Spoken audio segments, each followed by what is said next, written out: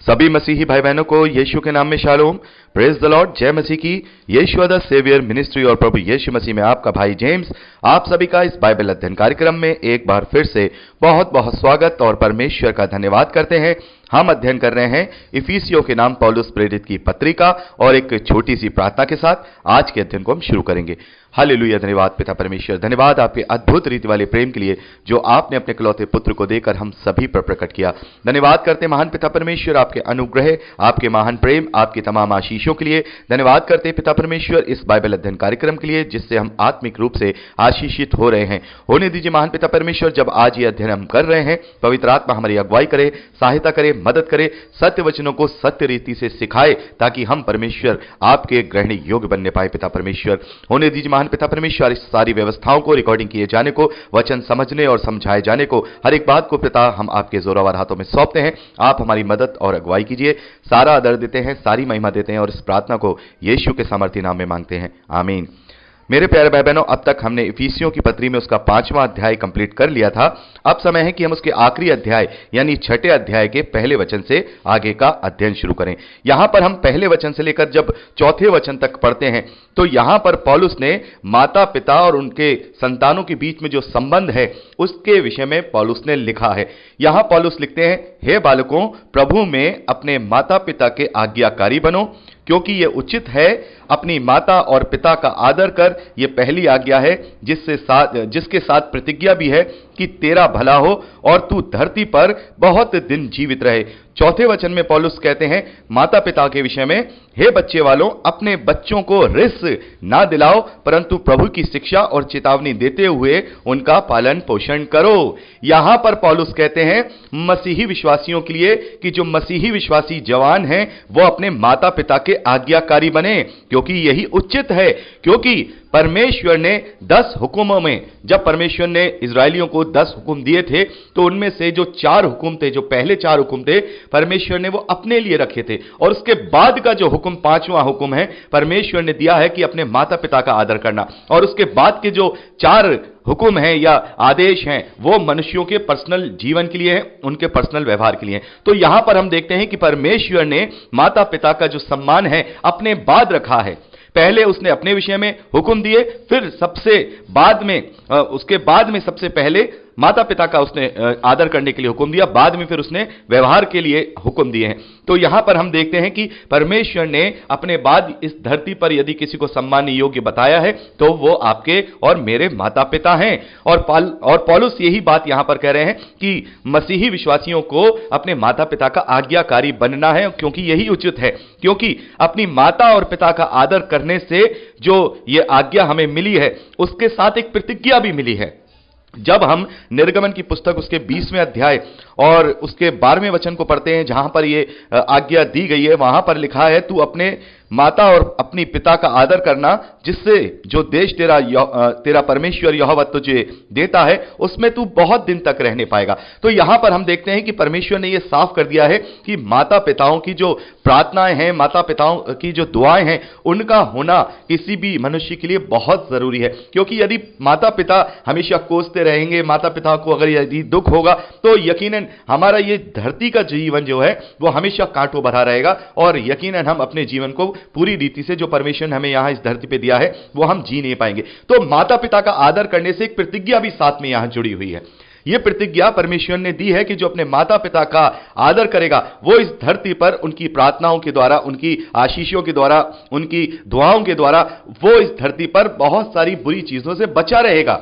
ये एक आशीर्वाद जो माता पिता का हमेशा एक संतानों के साथ बना रहता है। जब उनका दिल खुश होता है, जब वो अपने बच्चों को देखते हैं कि वो उनका आदर कर रहे हैं, उनकी आज्ञा पालनता कर रहे हैं, तो उनके दिल से हमेशा उनके लिए दुआएं ही निकलती हैं, उनके दिल से हमेशा उनके लिए आशीर्वाद निकलता है। और ये आशीर्वाद परमेश्वर ने एक प्रतिज्ञा के रूप में ठहराया है कि तू अपने पूरे जीवन को जो मैंने इस धरती पर तुझे दिया है, तू बिल्कुल आराम से इस जीवन को बिना किसी कष्ट के, बिना किसी परेशानी के जिएगा। क्योंकि तेरे पास माता पिता की जो प्रार्थनाएं हैं, तेरे पास जो माता पिता की दुआएं हैं, उसकी ढाल होगी हर एक बुराई से बचने के लिए। तो मेरे प्यारे भाई बहनों, यहां पर साफ तौर पे हम देखते हैं कि परमेश्वर ने अपने बाद इस धरती पर यदि किसी को तवज्जो दी है तो वो माता पिता को दी है। और बहुत सारे जो भाई बहन हैं, मसीही विश्वासी हैं, वो लोग इस प्रकार से अपने माता पिता की आज्ञाकारिता नहीं करते हैं। वो बहुत सारे काम करते हैं लेकिन अपनी मन की चलाते हैं। लेकिन मेरे प्यारे भाई बहनों, यहां पर हम देखते हैं कि परमेश्वर ने कहा है कि अपने माता पिता का आदर करना।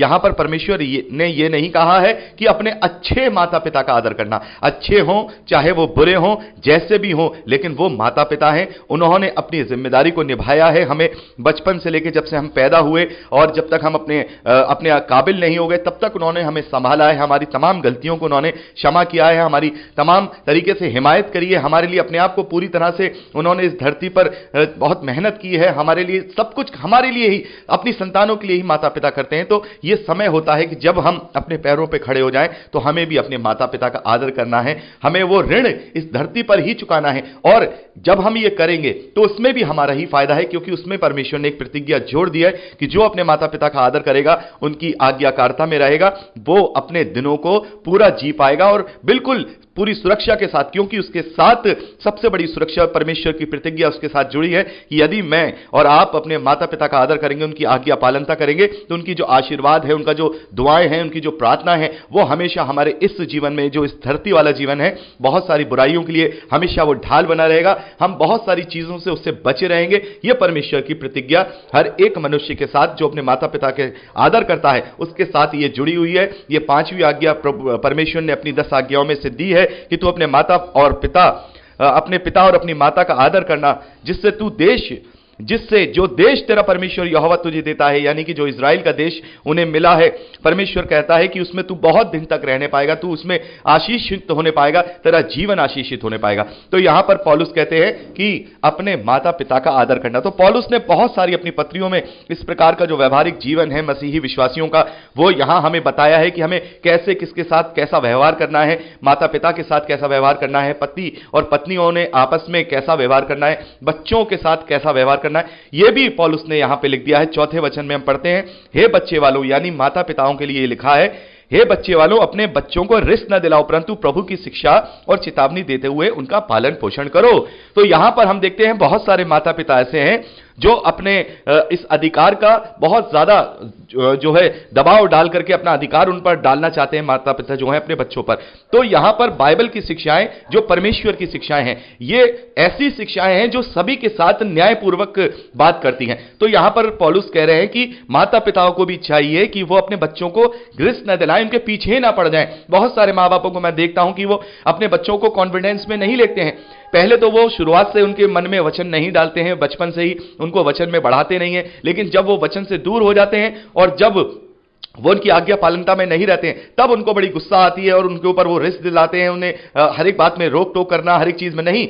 प्रभु यीशु मसीह कहते हैं कि तुम ऐसा व्यवहार दूसरों के साथ मत करो जो तुम्हें अपने लिए पसंद नहीं है। तो यह बात माँ बाप के लिए भी लागू होती है और यह बात बच्चों के लिए भी लागू होती है, संतानों के ऊपर भी लागू होती है कि संतान अपने माता पिता के साथ ऐसा व्यवहार ना करें जो उन्हें अपने लिए पसंद नहीं होगा जब वो माता पिता बनेंगे। वैसा ही माँ बापों के लिए भी ये बात लागू होती है, अपने माता पिता पर भी ये बात लागू होती है कि बच्चों के साथ ऐसा व्यवहार ना करें। यदि वो उस वक्त, उस समय पे, उस उम्र में होते तो उन्हें वो बात बुरी लगती। हाँ, प्यार से समझाएं। यहां पर पौलुस कह रहे हैं अपने बच्चों को प्रभु की शिक्षा दो, उसकी चेतावनी देते हुए उनका पालन पोषण करो। यदि मां बाप अपनी पूरी जिम्मेदारी के साथ अपने बच्चों का पालन पोषण वचन के साथ करेंगे, परमेश्वर के जो आज्ञाएं हैं उनके साथ करेंगे, तो निसंदेह जो बच्चे होंगे, जो उन्हें संस्कार मिलेंगे, उसी हिसाब से आपको रिटर्न करेंगे। तो यहां पर हम देखते हैं कि माता पिता के लिए भी वचन हमसे यही कहता है कि माता पिता को भी ध्यान रखना होगा कि कोई ऐसी बात ना कर दें कि बच्चे रिस आ जाए, उन्हें गुस्सा आ जाए। और मैं देखता हूं कि माता पिता को अगर सही रीति से अपने बच्चों से अपनी इज्जत करवानी है या उन्हें अपने अंडर में रखना है या हर एक बुराई से बचा के रखना है, तो सबसे पहले उनके करीब उन्हें जाना होगा, उनकी तरह उन्हें सोचना होगा। हमें यहां देखना होगा कि बहुत सारे ऐसे लोग हैं, बहुत सारे प्रचारक भी ऐसे लोग हैं जो जवानों के साथ बहुत ही रूटली तरीके से बात करते हैं। अरे तुम्हें यह नहीं करना चाहिए, तुम्हें ऐसा नहीं पहनना चाहिए, तुम्हें ऐसे नहीं बोलना चाहिए, ये सारी चीजें नहीं। लेकिन अगर हम उन्हें उन्हीं की भाषा में वचन के द्वारा उन्हें समझाएंगे तो निसंदेह वो समझेंगे। यदि हम किसी भी चीज को उनके ऊपर बोझ की तरह डालेंगे, क्योंकि जो जवानी होती है, जो यूथ होता है, वो एक ऐसे आजाद पक्षी की तरह होता है जो आसमान में उड़ना चाहता है। तो खासकर यूथ के लिए जब हम प्रचार करें तो इस प्रकार से प्रचार करें कि यूथ को वो चीज समझ में आए। ये बात मां बापों के लिए भी लागू होती है, पेरेंट्स के लिए भी लागू होती है कि वो अपने बच्चों को जब समझाएं तो इस तरीके से समझाएं, उनकी बात को समझ के उनकी भाषा में उन्हें समझाएं। ये बहुत जरूरी है, उनके साथ दोस्ताना व्यवहार करना, उनका विश्वास जीतना बहुत जरूरी है कि ये हम बच्चों से कहें कि नहीं, हमें आपके ऊपर पूर्ण विश्वास है, हम विश्वास करते हैं कि तुम सही हो। जब हम उन्हें अपनी तरह एक दोस्त बना करके, एक उनके साथ राजदार बनकर के अपने जीवन को जिएंगे, निस्संदेह वो हमारा आदर करना कभी नहीं भूलेंगे, क्योंकि वो समझेंगे कि हमारे पेरेंट्स जो हैं वो हमारी बात को समझते हैं, एक दोस्त की तरह हमारी बात को समझते हैं, एक हमारे गार्जियन की तरह हमारी बात को समझते हैं, हमारा अच्छा और बुरा वो अच्छी तरह से जानते हैं और वो हमारी भलाई को ही चाहते हैं। ये जब हम इस तरीके से उनके साथ बात करेंगे तब यूथ जो है काबू में आता है। यूथ कभी भी इस तरीके से काबू में नहीं आएगा। बहुत सारे मैं प्रचारकों को हमेशा यह समझाता हूं कि यूथ को कभी भी इस तरीके से बांध के मत रखिए। आप बहुत सारी चीजें आप उनको नहीं करने के लिए कहते हैं और डराते हैं कि आप ऐसा मत करिए, आप वैसा मत करिए, ऐसे कपड़े मत पहनिए, वैसे कपड़े मत पहनिए। उन्हें समझाइए, उनको यह मत कहिए कि आप ऐसा मत करिए। वो करने के पीछे जो उनका कारण, जो पाप में उन्हें डाल सकता है, वो उन्हें समझाइए और उनके ऊपर छोड़िए। देखिए फिर वो अपने कॉन्शियस से कैसे वो परमेश्वर की तरफ बढ़ते। क्या होता है कि जब उनके ऊपर हम दबाव डालते हैं या हम उनके ऊपर इस तरीके की बातें करते हैं कि नहीं, आपको ये नहीं करना चाहिए, आपको म्यूजिक की तरफ नहीं जाना चाहिए, आपको ऐसे कपड़े नहीं पहनने चाहिए, आपको फैशन नहीं करना चाहिए, आपको ये नहीं करना, तो क्या होता है यूथ फिर इन सब बातों से, क्योंकि एक यूथ जो है एक आजाद पंछी की तरह है, उस वक्त उसे अपने उस उम्र के लिहाज के हिसाब से कुछ समझ में नहीं आता है। उसे वही अच्छा लगता है जो उसका दिल, जो नई नई जवानी है उसकी, जो उसके मन में उमंगे हैं, जो उसके मन में तरंगे हैं, जो उस बातें हैं, वही उसके मन में हावी होती है। आज सोच लीजिए, अगर मैं आज 40 साल का हूं या आप में से कोई इस एज का है, कोई 60 का है, कोई 35 का है, तो सोचिए जो भावनाएं या जो सोच उस वक्त आप जब 16 या 17 साल के थे वो आपके अंदर है नहीं। 16 या 17 साल की उम्र में बच्चों को, जवान होते उन्हें किस बात का शौक होता है? वो सज लें, उनका हेयर स्टाइल ऐसा हो जाए, उनके दोस्त होते हैं, उनका फ्रेंड सर्कल होता है, वो दोस्ती में कुछ भी मरकटना भी चाह सकते हैं और दोस्ती में छोटी छोटी बातों के लिए एक दूसरे से दुश्मन भी बन जाते हैं। ये एक ऐसी उम्र है जिसमें एक कोरा कागज होता है जिससे वो अपने दिमाग से उसे फिल करना चाहते हैं। लेकिन ऐसे में अगर हम उनके साथ बहुत ज्यादा ऐसी सख्ती से पेश आएंगे तो हो सकता है कि वो अपनी बुद्धि से उस कोरे कागज में अपनी बुद्धि से, अपनी उस जवानी की बुद्धि से अपने लिए ऐसा भविष्य चुन ले जो परमेश्वर के लिए भी ग्रहण योग्य ना हो और जो इस धरती के लिए भी ग्रहण योग्य ना हो। तो इस बात का ख्याल रखना है, जवानों को इस तरीके से सिखाना है, जवानों को इस तरीके से बताना है कि जवान समझ भी जाए कि हां ये गलत है और उन्हें ऐसा भी न लगे कि बिल्कुल हमारे पैरों में जंजीरें जकड़ दी गई हैं। और मैं हमेशा इस बात का प्रचार करता हूं कि बहुत सारे प्रचारक ये कहते हैं, लड़कियों से कहते हैं कि आपको जींस नहीं पहननी चाहिए, आपको ये नहीं, और मैं हमेशा यही प्रचार करता हूं कि जींस पहनो या नहीं पहनो इससे कोई मतलब नहीं है, क्योंकि परमेश्वर को इससे कोई सरोकार नहीं कि आपने क्या पहना है, आपने क्या नहीं पहना है। परमेश्वर को यह सरोकार है कि आपने किस रीति से उसे पहना है। यदि आप जो भी कपड़े पहनते हैं, जो भी फैशन करते हैं, यदि वो परमेश्वर की दृष्टि में घृणित है, यदि वो संसार की दृष्टि में घृणित है, वो बिल्कुल फूहड़ है, वो नग्नता उसमें दिखाई दे रही है, अश्लीलता दिखाई दे रही है, तो आपको उसे अपने जीवन में नहीं करना है। लेकिन अगर आप उन्हें बांध देंगे, नहीं आपको ऐसा करना है, आपको ऐसा करना है, तो वो भागेंगे, फिर वो वचन से भी भागेंगे, परमेश्वर की उन बातों से भी भागेंगे, और जब तक उनका जीवन तबाह हो चुका होगा, जब तक वो उस मैच्योरिटी की एज पे पहुंचेंगे। तो जरूरी है कि बहुत ही सोच समझकर यूथ के साथ हमें पेश आना है, यूथ जैसा ही समझकर उन्हें समझाना है, बीच में अपनी शिक्षाओं को, परमेश्वर की वचन की शिक्षाओं को उनके बीच में डाल देना है। भला तो यही होगा कि जब बच्चे हैं, बच्चे से जवानी की ओर बढ़ रहे हैं, तभी उनमें वचन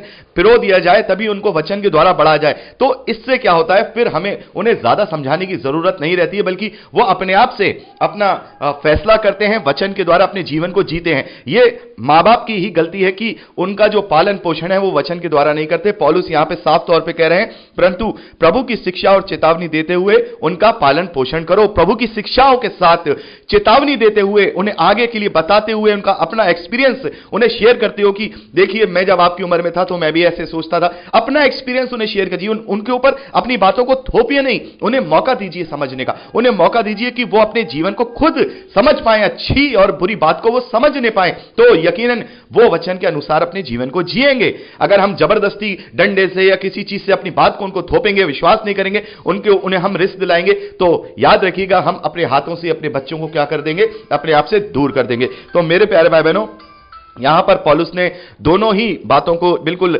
न्यायपूर्वक बात लिखी है। बच्चों के लिए भी ये कहा गया है, जो संतानें हैं उनके लिए, कि वो अपने माता पिता का आदर करें, और माता पिता को भी ये खास हिदायत यहां पर पौलुस ने दे दी है कि वो अपने बच्चों को रिस्क ना दिलाएं, उन्हें गुस्सा ना दिलाएं, उनको प्यार से और उनके साथ वैसा ही व्यवहार करें जैसा व्यवहार वो अपने लिए चाहते हैं, और प्रभु यीशु की शिक्षाओं के साथ और उनकी चेतावनी के साथ उनका पालन पोषण करें, तो निस्संदेह वो अपनी जवानी के दिनों में भी परमेश्वर में बने रहेंगे। तो यहां पर हमने पहले वचन से लेकर के चौथे वचन तक का अध्ययन किया। अगली रिकॉर्डिंग में हम 5वें वचन से आगे बढ़ेंगे। प्रभु आपको आशीष दे। Praise Lord.